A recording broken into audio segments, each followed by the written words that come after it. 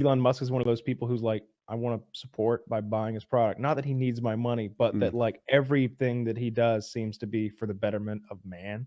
Like I'm a big Elon Elon Musk Musk fan. I is have just been an for a long time. enjoyable CEO to pay attention to. Even if The- you don't like him, the things he does are like so eccentric, and he's as close to he's the uncool Tony Stark. Like He he puts his absolutely money is. behind weird shit, and you're just like, I respect you having fuck you money and just being like, damn, what if I just made a shit like weird geometric truck? And it's like, okay, I watched think that you were demo. the one who was anti-tunnel. We talked about it on the show, right? I was anti-tunnel because it was stupid. And You're the it's same still mindset. stupid. Still stupid. Okay, I think you Well, yeah, won me 'cause over with your argument. Actually, yeah, it's Yeah. just the dumbest thing. I was like, just Well- build it above ground. Like, what the fuck? I Chicago did it just fine. I don't understand why we can't just do Chicago again.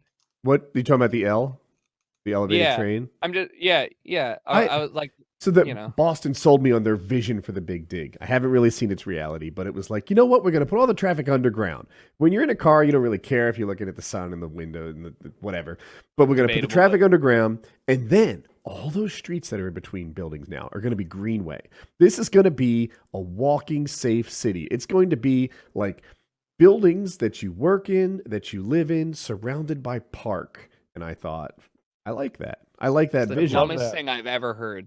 Oh, come on, that would be so cool. Yeah, thanks, No, Kyle. it would be incredible. Wait, so I have a two-part thing. It would be incredible, but they're not going to demo the fucking residential areas to make room for parks just because the traffic. No, they're replacing No. those streets with parks.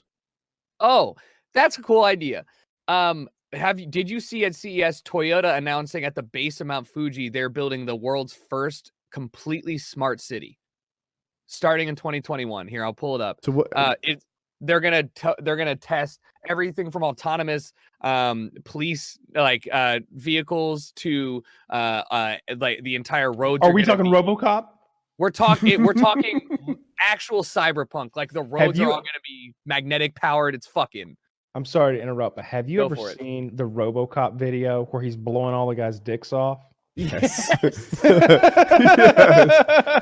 I just rewatched that the other day. It's so good. Dude, If you're listening to this, it's incredibly like R-rated. Just Google search RoboCop blowing dicks off and watch that video. RoboCop, I watch RoboCop with the expectations that I'm seeing like a Marvel movie, right? That this thing's PG, and I don't know why it's not G. It's not that at all. RoboCop is well, the dick blowing off thing, that's like a fan-made funny. Okay, thing. okay. Yeah, it's literally like 30 dicks he blows off, and at the end, the one guy just comes up and drops his pants.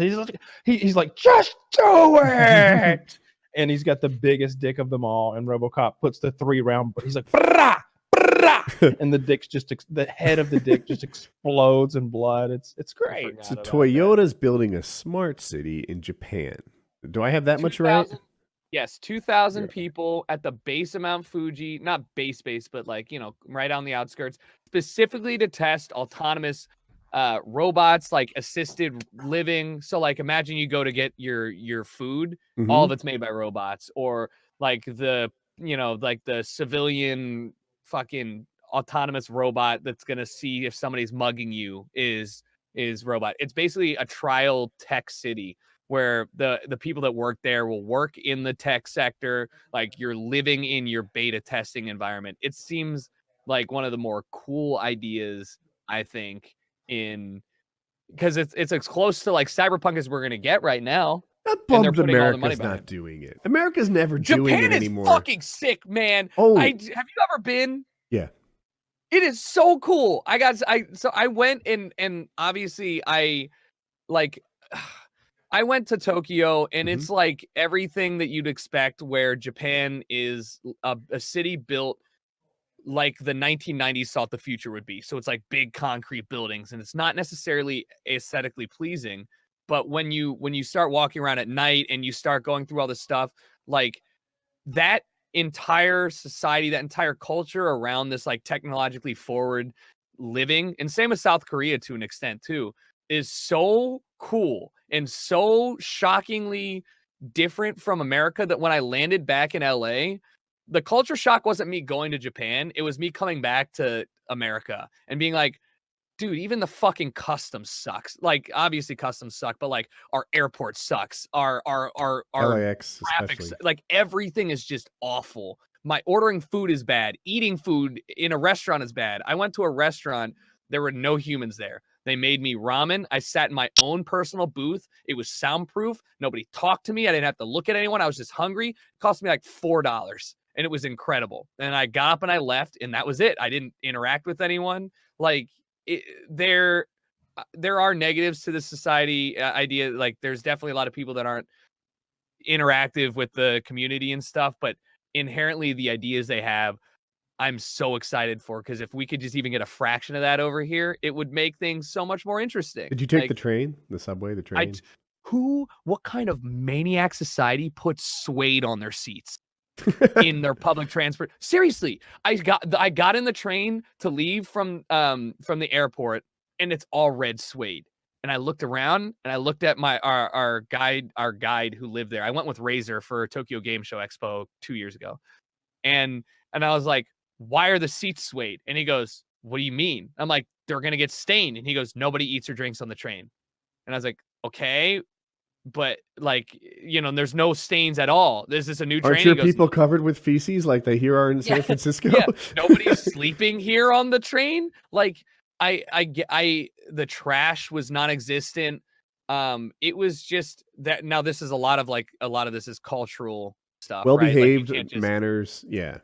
Right. And also like very not well-behaved people too, like very rude, xenophobic, old elderly people, like definitely ran into that as well. So I don't want to like shed Japan in this like bastion of incredible technology and cultural light, but there were like people, I never heard a horn honk ever because it's illegal. Like nobody yelled in the streets. Like I have a very projecting voice and I was talking and I always felt uncomfortable talking in public because you could never hear anybody else's conversations. But one time I was laughing and I heard it echo and everyone was looking at me and I was like, "My bad. Sorry, it was really funny." Just like the willingness to adopt new technology is at the forefront of a lot of South Korea and Japanese culture. In America, it's like the old way is the tried and true way, right? So I just feel like it's What you project onto Japan in this is what I do to China. Right. When my section of Japan wasn't as done up as yours was. I think I even went to Tokyo, but I'm not sure. But we walked around a whole lot. Joe had a fighter friend there, Roxanne Matafari. So people might. She's fighting on Connor's card this weekend. And anyway, yeah. So she speaks Japanese, and she lived in Japan, and she took us on this tour. And we went to these like smaller restaurants and sat on the floor and did whatever. But I didn't get exposed to the shiny new stuff that you did. She was more about. Hardcore Japanese culture, but which China is cool. My people have heard me say this before. I feel like China's been playing this game on cheat codes, right? Like if this is Civilization, the game, we've been at war for the last 18 years, and those guys have been SimCitying, just building up their own place, not spending money. What is China doing? China's just like, what if we just poured it all back into China?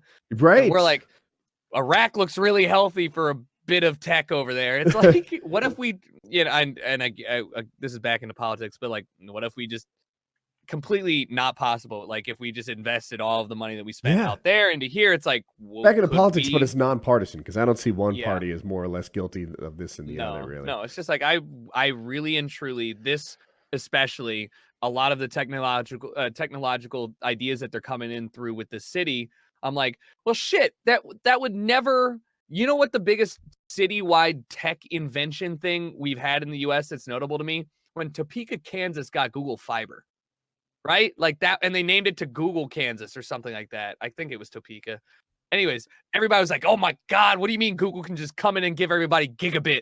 Yeah. That was our big thing. In South Korea, it's like gigabit is $20 a month. Probably not, but it's like, it's normal. And I'm out here struggling with not struggling, but like I'm paying business class for 20 up. Like, you are? The fuck? Yeah, welcome to Los Angeles. Oh, that stinks. No, I have gigabit. Yeah, I have 500 down, 20 up. I have gigabit each way. It's not 20 up. You could do better. I would argue that once you get like 50 or 100 up, there's not Thousand really doesn't any- even make a difference. yeah, diminishing return.